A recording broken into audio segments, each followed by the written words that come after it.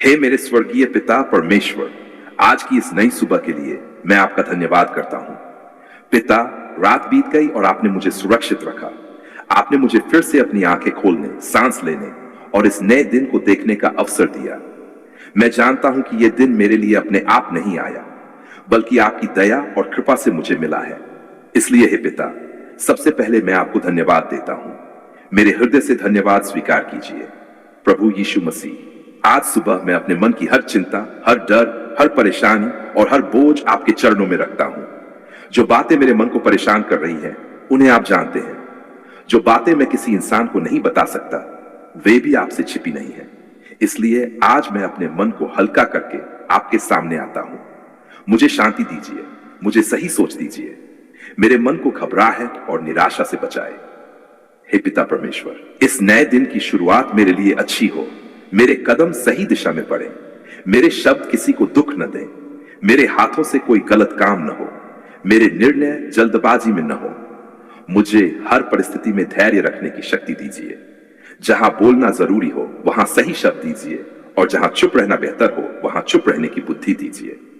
प्रभु यीशु, आज मैं अपने पूरे परिवार को आपके हाथों में सौंपता हूं। मेरे माता पिता, मेरे जीवन साथी, मेरे बच्चों, मेरे भाई बहनों और मेरे परिवार के हर सदस्य की देखभाल कीजिए। जो घर में हैं उन्हें शांति दीजिए, और जो काम या किसी जरूरी कारण से बाहर जा रहे हैं उन्हें सुरक्षित रखिए। हमारे परिवार में प्रेम बढ़ाइए और एक दूसरे को समझने की बुद्धि दीजिए। पिता परमेश्वर, मेरे बच्चों को आशीष दीजिए। उनकी पढ़ाई में मन लगाइए। उन्हें अच्छे मित्र चुनने की बुद्धि दीजिए। उन्हें गलत संगति, गलत आदतों और गलत निर्णयों से बचाइए। उनके भविष्य के लिए सही मार्गदर्शन दीजिए। जब वे किसी परेशानी में हों तो उन्हें हमसे बात करने का साहस दीजिए और हमें उनकी बात सुनने का धैर्य दीजिए। हे प्रभु यीशु, जो माता पिता अपने बच्चों के भविष्य को लेकर परेशान हैं, उन्हें शांति दीजिए। उन्हें अपने बच्चों की तुलना दूसरों से करने से बचाइए। उन्हें अपने बच्चों की क्षमता पहचानने और सही मार्गदर्शन देने की बुद्धि दीजिए। हर बच्चे को प्रेम, अनुशासन और सही वातावरण मिले। पिता परमेश्वर, आज मैं उन लोगों के लिए प्रार्थना करता हूं जो सुबह उठते ही अपनी आर्थिक परेशानियों के बारे में सोचने लगते हैं। जिनके घर का खर्च मुश्किल से चल रहा है, उन्हें सही योजना बनाने की बुद्धि दीजिए। अनावश्यक खर्च से बचाइए।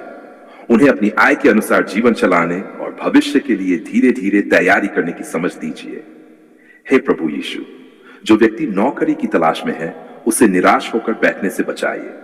उसे अपनी योग्यता पहचानने, नए अवसर खोजने, आवेदन करने और जरूरत पड़ने पर नए कौशल सीखने की शक्ति दीजिए। उसके लिए सही रोजगार का अवसर मिले और वह ईमानदारी से अपने परिवार की जिम्मेदारियां निभा सके। पिता परमेश्वर, जो सरकारी नौकरी की तैयारी कर रहा है, उसे पढ़ाई में एकाग्रता दीजिए। उसे समय का सही उपयोग करने की बुद्धि दीजिए। असफलता आने पर उसे टूटने से बचाइए। उसे अपनी गलतियों से सीखकर दोबारा मेहनत करने का साहस दीजिए। हे प्रभु यीशु, जो व्यक्ति नया व्यवसाय शुरू करना चाहता है, उसे जल्दबाजी में बड़ा फैसला लेने से बचाइए। उसे अपनी क्षमता, बाजार, खर्च और जोखिम को समझने की बुद्धि दीजिए। सही लोगों से सलाह लेने की नम्रता दीजिए और धोखाधड़ी से बचाइए। पिता परमेश्वर, जो व्यक्ति पहले से व्यवसाय कर रहा है, उसके काम में ईमानदारी और समझदारी बनी रहे। उसे ग्राहकों के साथ अच्छा व्यवहार करने की बुद्धि दीजिए। उसके खर्च और आय का सही हिसाब रखने की आदत दीजिए। यदि कोई नुकसान हो तो घबराकर गलत निर्णय लेने से बचाइए।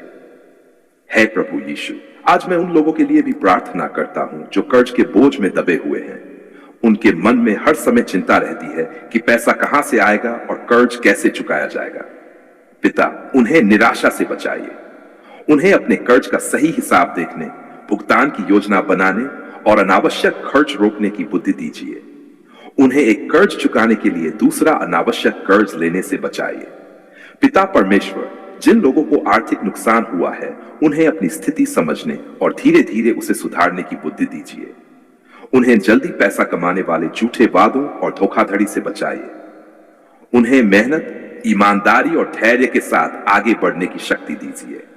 हे प्रभु यीशु, आज सुबह मैं बीमार लोगों को भी आपके सामने लाता हूं, जो अस्पताल में हैं, जो घर पर इलाज करा रहे हैं, जो लंबे समय से बीमारी का सामना कर रहे हैं और जो अपनी रिपोर्ट को लेकर चिंतित है। उन सभी को संभालिए। उन्हें योग्य डॉक्टर, उचित उपचार और परिवार का सहयोग मिले।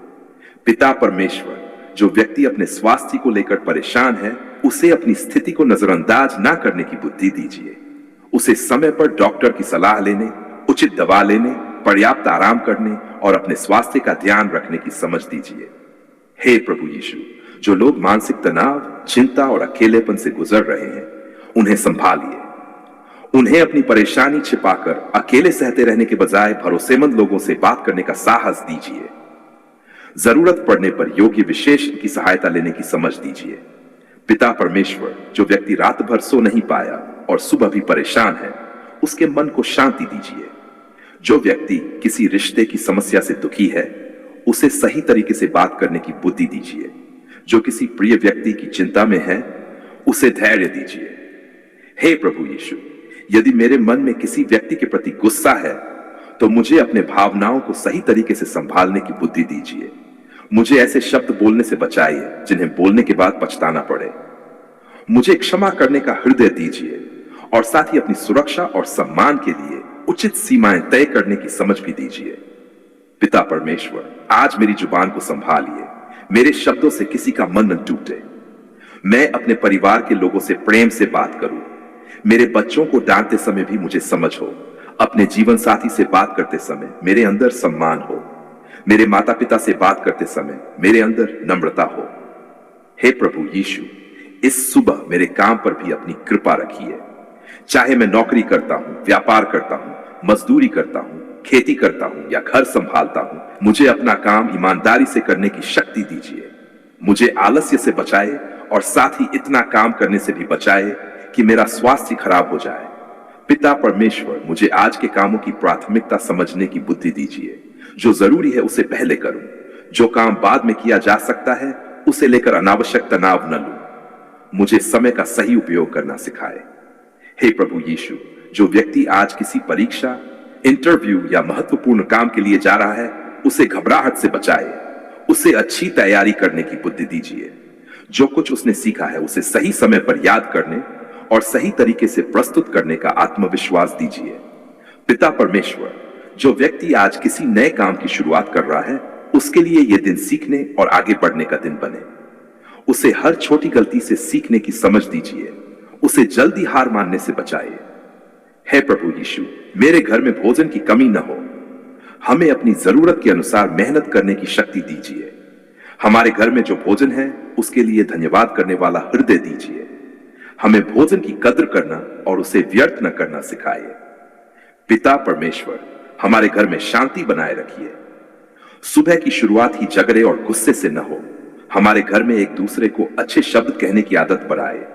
हमें दिन की शुरुआत शिकायत से नहीं, धन्यवाद से करने की बुद्धि दीजिए। हे प्रभु यीशु, आज जो लोग अपने घर से काम के लिए निकलेंगे, उन्हें सुरक्षित रखिए। वाहन चलाने वालों को सावधानी दीजिए। उन्हें तेज गति और लापरवाही से बचाइए। जो लोग पैदल या सार्वजनिक साधनों से यात्रा कर रहे हैं, उन्हें भी सुरक्षित रखिए। पिता परमेश्वर, हमारे घर के बुजुर्गों की रक्षा कीजिए। उनकी जरूरतों को समझने की बुद्धि हमें दीजिए। यदि वे अकेले महसूस करते हैं, तो उनके साथ समय बिताने का अवसर दीजिए। हे प्रभु यीशु, हमारे घर में जो व्यक्ति किसी बीमारी, कमजोरी या चिंता से गुजर रहा है, उसे परिवार का प्रेम और सहयोग मिले। हम उसकी समस्या को छोटा न समझें, उसे अकेला महसूस न होने दें। पिता परमेश्वर, आज मैं उन युवाओं के लिए प्रार्थना करता हूं जो अपने भविष्य को लेकर भ्रमित हैं। उन्हें सही दिशा चुनने की बुद्धि दीजिए। उन्हें दूसरों की नकल करने के बजाय अपनी क्षमता पहचानने की समझ दीजिए। उन्हें गलत संगति और गलत रास्तों से बचाए। हे प्रभु यीशु, जो युवा नशे या किसी गलत आदत से संघर्ष कर रहा है, उसे मदद लेने का साहस दीजिए। उसे ऐसे लोगों और परिस्थितियों से दूर रहने की शक्ति दीजिए जो उसे फिर उसी आदत की ओर ले जाती है। उसके परिवार को भी सही तरीके से उसका साथ देने की समझ दीजिए। पिता परमेश्वर, आज मैं उन परिवारों के लिए प्रार्थना करता हूं जहां पति पत्नी के बीच तनाव है। उन्हें एक दूसरे की बात सुनने की बुद्धि दीजिए। उन्हें पुरानी बातों को बार बार निकालकर विवाद बढ़ाने से बचाइए। उन्हें अपनी गलतियों को स्वीकार करने और जरूरत पड़ने पर माफी मांगने की नम्रता दीजिए। हे प्रभु यीशु, जिन परिवारों में भाई बहनों के बीच विवाद है, वहां शांति हो। संपत्ति, पैसे या किसी अन्य बात के कारण रिश्ते टूट रहे हों, तो सभी को समझदारी से समाधान खोजने की बुद्धि दीजिए। पिता परमेश्वर, आज मैं अपने पड़ोसियों और आसपास के लोगों के लिए भी प्रार्थना करता हूं। हमारे बीच शांति बनी रहे, छोटी गलतफहमियां बड़े विवाद में न बदलें। हमें दूसरों का सम्मान करने और अपनी जिम्मेदारी निभाने की समझ दीजिए। हे प्रभु यीशु, आज मेरे जीवन में जो भी अच्छा अवसर आए, मुझे उसे पहचानने की बुद्धि दीजिए, और जो अवसर मेरे लिए सही नहीं है उससे बचने की समझ दीजिए। हर चमकती चीज को सही अवसर समझने से बचाइए।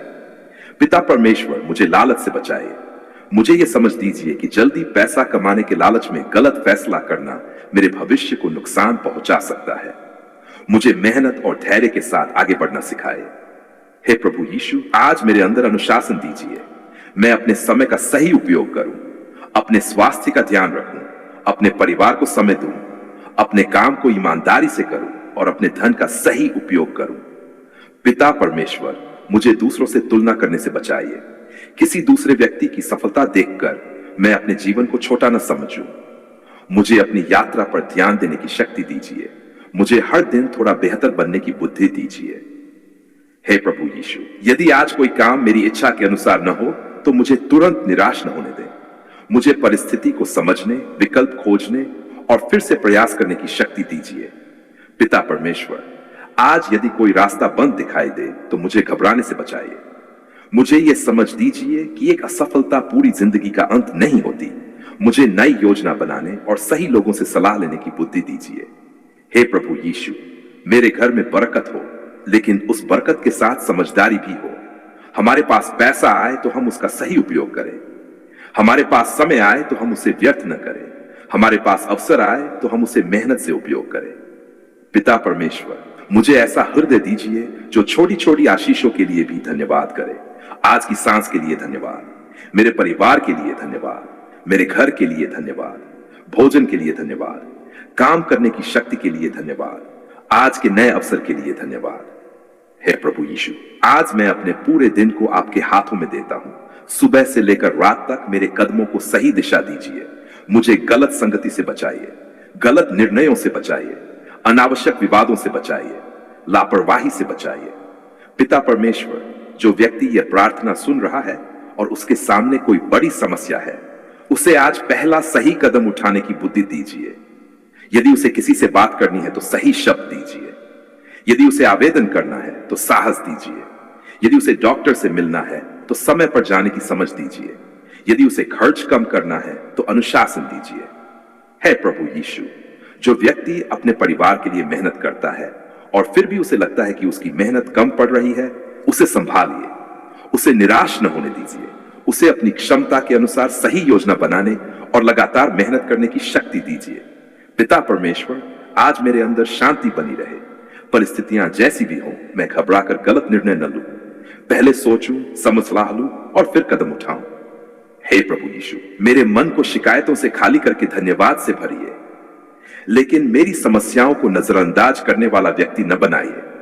मुझे समस्याओं को स्वीकार करके उनका समाधान खोजने वाला बनाइए। पिता परमेश्वर, मुझे अपने परिवार के लिए अच्छा उदाहरण बनने की शक्ति दीजिए।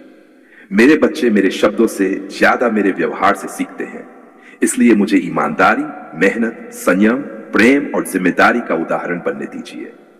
हे प्रभु यीशु, मेरे घर के हर कमरे में शांति हो, हमारे बीच प्रेम हो, हमारे भोजन में संतोष हो, हमारी बातचीत में सम्मान हो, हमारे निर्णयों में समझदारी हो। पिता परमेश्वर, जो लोग आज यात्रा कर रहे हैं उनकी रक्षा कीजिए। जो खेतों में काम कर रहे हैं उन्हें शक्ति दीजिए। जो दुकानों और कार्यालयों में काम कर रहे हैं उन्हें सही निर्णय दीजिए।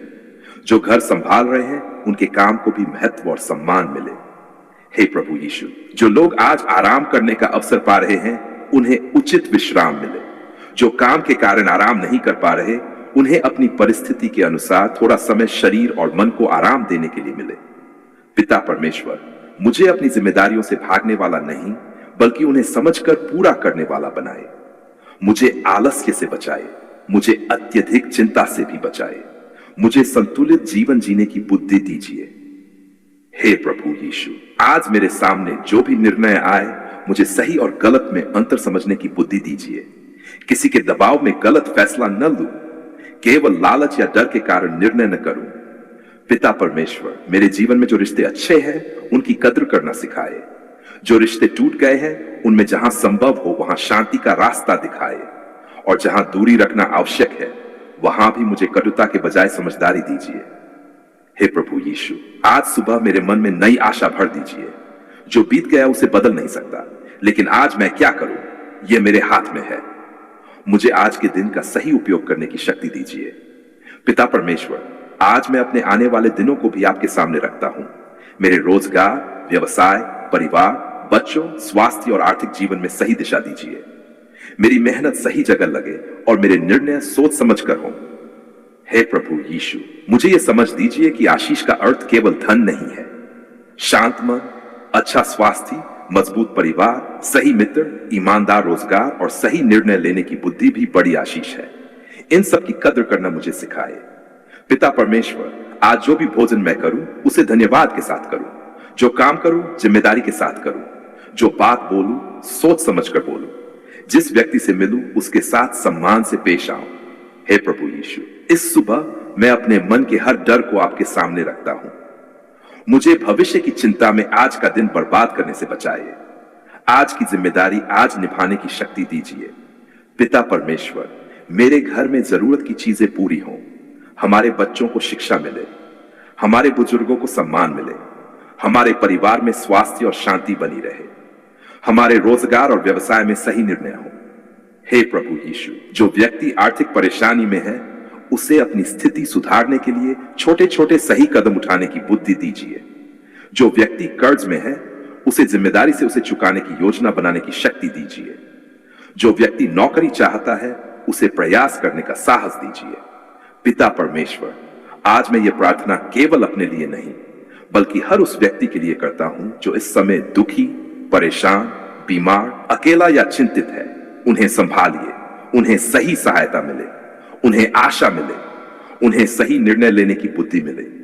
हे प्रभु यीशु, जो व्यक्ति आज रोकर उठा है उसके मन को शांति दीजिए।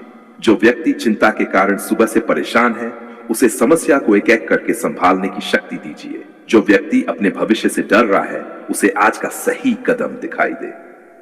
पिता परमेश्वर, आज के इस नए दिन के लिए आपका धन्यवाद। मेरे पास जो कुछ है उसके लिए धन्यवाद। जो कुछ आने वाला है उसके लिए भी मैं आपके सामने विश्वास और धैर्य के साथ खड़ा हूं। हे प्रभु यीशु, मेरे दिन की शुरुआत आपके धन्यवाद से हुई है और मैं चाहता हूं कि पूरा दिन समझदारी, मेहनत, प्रेम और शांति में बीते। मुझे अपनी जिम्मेदारियों से भागने न दें, मुझे गलत रास्तों पर जाने न दें। मुझे अपने परिवार और अपने जीवन के प्रति जिम्मेदार बनाए रखें। पिता परमेश्वर, आज की सुबह मेरे लिए नई शुरुआत बने। मेरे मन में नई आशा हो, मेरे घर में नई शांति हो, मेरे काम में नई समझ हो, मेरे परिवार में नया प्रेम हो, मेरी गलत आदतों में सुधार हो और मेरी अच्छी आदतों में मजबूती आए। जीवन और मृत्यु के पेड़ की बात बाइबल में बहुत गहरे आत्मिक अर्थ के साथ आती है। इसे समझने के लिए हमें केवल पेड़ के रूप में नहीं बल्कि परमेश्वर और मनुष्य के संबंध, आज्ञाकारिता, विश्वास और पाप के संदर्भ में समझना चाहिए। प्रभु परमेश्वर ने जब मनुष्य को बनाया तब उसे अदन की वाटिका में रखा। वहां बहुत से पेड़ थे और परमेश्वर ने मनुष्य को भोजन के लिए अनेक पेड़ों के फल खाने की अनुमति दी। लेकिन उसी वाटिका में दो विशेष पेड़ों का उल्लेख मिलता है, जीवन का पेड़ और भले बुरे के ज्ञान का पेड़। बाइबल में मृत्यु का पेड़ नाम से कोई अलग पेड़ स्पष्ट रूप से नहीं बताया गया है। इसलिए जब लोग जीवन और मृत्यु का पेड़ कहते हैं तो अक्सर वे जीवन के पेड़ और उस पेड़ की बात कर रहे होते हैं जिसके फल खाने की परमेश्वर ने मनाही की थी। परमेश्वर ने आदम को स्पष्ट निर्देश दिया था कि वह वाटिका के पेड़ों से खा सकता है, लेकिन भले और बुरे के ज्ञान के पेड़ से न खाए। परमेश्वर ने चेतावनी दी थी कि जिस दिन वह उससे खाएगा उसी दिन मृत्यु का परिणाम आएगा। यहां सबसे महत्वपूर्ण बात यह है कि मृत्यु केवल उस फल में छिपी हुई कोई जादुई शक्ति नहीं थी। असली समस्या परमेश्वर की आज्ञा का उल्लंघन थी। मनुष्य ने परमेश्वर पर भरोसा करने के बजाय अपनी इच्छा को प्राथमिकता दी। यही पाप की शुरुआत बनी। जब सांप ने हव्वा को बहकाया तो उसने परमेश्वर की बात पर संदेह करने के लिए उसे उकसाया। हव्वा ने फल देखा और उसे खाने योग्य समझा उसने फल खाया और आदम को भी दिया। आदम ने भी खाया। इसके बाद उनकी आंखें खुल गई और उन्हें अपने नग्न होने का एहसास हुआ। यह घटना मानव इतिहास में बहुत महत्वपूर्ण मानी जाती है, क्योंकि इसके बाद मनुष्य के जीवन में पाप, शर्म, भय और परमेश्वर से दूरी का प्रवेश हुआ। इसलिए मृत्यु का पेड़ कहने के बजाय अधिक सही तरीके से यह कहना चाहिए कि भले बुरे के ज्ञान के पेड़ से परमेश्वर की आज्ञा तोड़कर फल खाना मनुष्य के लिए मृत्यु और पाप का मार्ग बना। अब हम जीवन के पेड़ को समझते हैं। बाइबल में जीवन का पेड़ अदन की वाटिका के बीच में था। जब मनुष्य ने पाप किया, तब परमेश्वर ने उसे वाटिका से बाहर कर दिया ताकि वह जीवन के पेड़ का फल खाकर हमेशा जीवित न रहे। यह बात बहुत गहरी है। पाप में गिरने के बाद यदि मनुष्य उसी अवस्था में हमेशा जीवित रहता, तो उसकी पापपूर्ण स्थिति स्थायी हो जाती। इसलिए परमेश्वर ने उसे जीवन के पेड़ से दूर किया। लेकिन बाइबल की कहानी यहीं समाप्त नहीं होती। पूरी बाइबल में जीवन, मृत्यु, पाप, उद्धार और अनंत जीवन का विषय आगे बढ़ता है। नए नियम में प्रभु यीशु मसीह के द्वारा मनुष्य के लिए उद्धार का मार्ग बताया जाता है। यीशु मसीह ने मनुष्य को पाप से बचाने के लिए अपने जीवन का बलिदान दिया। इसलिए ईसाई विश्वास में अनंत जीवन का केंद्र कोई भौतिक पेड़ नहीं, बल्कि प्रभु यीशु मसीह और उसमें विश्वास के द्वारा मिलने वाला उद्धार है। जब हम जीवन के पेड़ की बात करते हैं, तो हमें यह भी समझना चाहिए कि बाइबल के अंतिम भाग में प्रकाशित वाक्य की पुस्तक में फिर से जीवन के पेड़ का उल्लेख आता है। वहां जीवन के पेड़ की तस्वीर परमेश्वर के साथ पुनर्स्थापित संबंध और अनंत जीवन से जुड़ी हुई दिखाई देती है। इस प्रकार बाइबल की शुरुआत में जीवन का पेड़ दिखाई देता है और अंत में भी जीवन के पेड़ का उल्लेख मिलता है। यह हमें एक सुंदर बात समझाता है। मनुष्य पाप के कारण परमेश्वर से दूर हुआ, लेकिन परमेश्वर ने उद्धार का मार्ग खोला ताकि मनुष्य फिर से उसके साथ संगति में आ सके। अब सवाल आता है कि जीवन का पेड़ वास्तव में क्या था? क्या वह सचमुच एक भौतिक पेड़ था? बाइबल उसे अदन की वाटिका में एक वास्तविक पेड़ के रूप में प्रस्तुत करती है, लेकिन उसके साथ एक गहरा आत्मिक अर्थ भी जुड़ा हुआ है। वह परमेश्वर द्वारा दिए गए जीवन और उसकी व्यवस्था के अधीन रहने का प्रतीक भी समझा जा सकता है। मनुष्य स्वयं जीवन का स्रोत नहीं है, जीवन परमेश्वर से आता है। इसलिए जीवन के पेड़ की तस्वीर हमें याद दिलाती है कि वास्तविक जीवन का अंतिम स्रोत परमेश्वर ही है। दूसरी ओर भले और बुरे के ज्ञान के पेड़ की घटना हमें यह सिखाती है कि मनुष्य जब परमेश्वर से स्वतंत्र होकर स्वयं तय करना चाहता है कि क्या सही है और क्या गलत, तो उसका परिणाम विनाशकारी हो सकता है। इसका अर्थ यह नहीं कि ज्ञान प्राप्त करना गलत है। बाइबल ज्ञान की निंदा नहीं करती। समस्या उस विद्रोह में थी जिसमें मनुष्य ने परमेश्वर की स्पष्ट आज्ञा को अस्वीकार किया। आज हमारे जीवन में भी यही प्रश्न आता है, क्या हम परमेश्वर की इच्छा पर भरोसा करते हैं या हर बात में अपनी इच्छा को सर्वोच्च मानते हैं? जीवन का पेड़ हमें परमेश्वर की ओर बुलाता हुआ दिखाई देता है, जबकि पाप और अवज्ञा का रास्ता मनुष्य को परमेश्वर से दूर करता है। इसीलिए हमें मृत्यु का पेड़ समझते समय सावधान रहना चाहिए। बाइबल में अलग से मृत्यु का पेड़ नाम का कोई पेड़ नहीं दिया गया।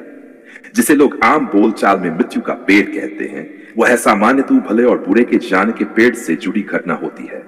उस पेड़ का फल अपने आप में किसी जहरीले फल के रूप में वर्णित नहीं है। बाइबल का मुख्य जोर परमेश्वर की आज्ञा पर है। परमेश्वर ने कहा था कि उससे मत खाना। आदम और हव्वा के सामने चुनाव था, वे परमेश्वर की बात पर विश्वास करें या अपनी इच्छा और सांप के झूठ पर विश्वास करें। उन्होंने गलत चुनाव किया और इस गलत चुनाव के परिणाम स्वरूप पाप और मृत्यु ने मानव अनुभव में प्रवेश किया। यही कारण है कि बाइबल में और मृत्यु का संबंध बहुत गहरा है, लेकिन परमेश्वर ने मनुष्य को अकेला नहीं छोड़ा। पूरी बाइबल में परमेश्वर मनुष्य को अपने पास वापस बुलाता है। वह मनुष्य को पश्चाताप, विश्वास और आज्ञाकारिता का रास्ता दिखाता है। ईसाई विश्वास में प्रभु यीशु मसीह इस उद्धार के केंद्र है। यीशु ने कहा कि वह जीवन है। इसलिए जब हम जीवन के पेड़ की बात करते हैं, तो हमें यह समझना चाहिए कि बाइबल का अंतिम उद्देश्य हमें किसी पेड़ की पूजा करने के लिए नहीं कहता। हमें सृष्टि की वस्तु को नहीं, बल्कि सृष्टिकर्ता परमेश्वर को जानने के लिए बुलाया गया है। जीवन का पेड़ हमें उस जीवन की याद दिलाता है जो परमेश्वर से आता है, और भले बुरे के ज्ञान के पेड़ की घटना हमें यह याद दिलाती है कि परमेश्वर की आज्ञा को हल्के में लेना कितना गंभीर परिणाम ला सकता है। अब इस बात को हमारे दैनिक जीवन से जोड़कर देखें। हर दिन हमारे सामने छोटे बड़े निर्णय आते हैं। हम क्या बोलेंगे, किसके साथ रहेंगे, किस रास्ते पर चलेंगे, पैसा कैसे कमाएंगे, अपने परिवार के साथ कैसा व्यवहार करेंगे, कठिन परिस्थिति में ईमानदारी रखेंगे या गलत रास्ता चुनेंगे। हर निर्णय हमारे जीवन पर प्रभाव डालता है। यदि हम झूठ, लालच, नफरत, धोखा और गलत आदतों को चुनते हैं तो वे हमारे जीवन में धीरे धीरे विनाश ला सकते हैं। लेकिन यदि हम सत्य, प्रेम, क्षमा, मेहनत, संयम और परमेश्वर पर विश्वास का मार्ग चुनते हैं तो हमारा जीवन अलग दिशा में बढ़ सकता है। इस अर्थ में हमारे सामने हर दिन एक चुनाव होता है। क्या हम जीवन की ओर जाने वाला रास्ता चुनेंगे या विनाश की ओर जाने वाला रास्ता? बाइबल हमें केवल डराने के लिए यह शिक्षा नहीं देती, यह हमें सावधान करने और सही रास्ता दिखाने के लिए देती है। प्रभु यीशु मसीह में विश्वास करने वाला व्यक्ति यह समझता है कि जीवन की सच्ची आशा परमेश्वर से आती है। इसलिए हमें केवल सांसारिक सफलता नहीं बल्कि परमेश्वर के साथ सही संबंध को भी महत्व देना चाहिए। यदि किसी व्यक्ति के पास बहुत धन है लेकिन उसके घर में शांति नहीं है तो केवल धन उसे पूर्ण जीवन नहीं दे सकता। यदि किसी के पास बड़ी नौकरी है लेकिन उसका मन हमेशा भय में है तो उसे भीतर की शांति की आवश्यकता है। यदि किसी के पास बहुत सारी चीजें हैं लेकिन प्रेम नहीं है तो उसके जीवन में खालीपन हो सकता है। इसलिए जीवन का अर्थ केवल लंबे समय तक जीवित रहना नहीं है। जीवन का अर्थ परमेश्वर के साथ सही संबंध, प्रेम, सत्य, विश्वास और उद्देश्य के साथ जीना भी है। और यही हमें जीवन के पेड़ की तस्वीर से समझने में सहायता मिलती है। अब आइए एक बार फिर मूल बात को सरल शब्दों में समझे। जीवन का पेड़ अदन की वाटिका में परमेश्वर द्वारा रखा गया विशेष पेड़ था। बाइबल के अनुसार उसके फल के द्वारा जीवन से संबंधित विशेष भूमिका थी। बाद में बाइबल में जीवन का पेड़ फिर से परमेश्वर के साथ अंत जीवन और पुनर्स्थापना की तस्वीर से जुड़ता है। मृत्यु का पेड़ बाइबल अलग से इस नाम का कोई पेड़ नहीं बताती। सामान्यतः लोग इस शब्द का उपयोग उस पेड़ के लिए करते हैं जिसे भले और बुरे के ज्ञान का पेड़ कहा गया है। उसकी मनाही की गई थी और उससे खाना परमेश्वर की आज्ञा का उल्लंघन था, जिसके परिणाम स्वरूप पाप और मृत्यु मानव जीवन में आए। इस पूरी घटना का सबसे बड़ा संदेश फल के बारे में नहीं बल्कि आज्ञाकारिता और परमेश्वर पर विश्वास के बारे में है। जब परमेश्वर ने कहा कि मत खाओ तो मनुष्य को विश्वास करना था, लेकिन मनुष्य ने अपनी इच्छा चुनी और जब मनुष्य परमेश्वर से दूर गया तो उसका जीवन टूट गया। आज भी परमेश्वर हमें अपने पास बुलाता है। वह कहता है कि अपने जीवन को सही दिशा में लाओ, अपने पापों से मुड़ो, सत्य को स्वीकार करो, प्रेम में चलो और प्रभु यीशु मसीह पर विश्वास रखो। इसलिए यदि कोई पूछे कि जीवन और मृत्यु का पेड़ किसे कहते हैं तो सरल उत्तर यह होगा, अदन की वाटिका में जीवन का पेड़ एक विशेष पेड़ था। इसके साथ अनंत जीवन का संबंध बताया गया है। वहीं मृत्यु का पेड़ नाम का कोई अलग पेड़ बाइबल में नहीं है। आमतौर पर इस नाम से भले और बुरे के ज्ञान के पेड़ को कहा जाता है, क्योंकि उसकी आज्ञा तोड़कर फल खाने के परिणाम स्वरूप मनुष्य पाप और मृत्यु के अधीन हुआ। पिता परमेश्वर हमें इस शिक्षा को समझने की बुद्धि दीजिए।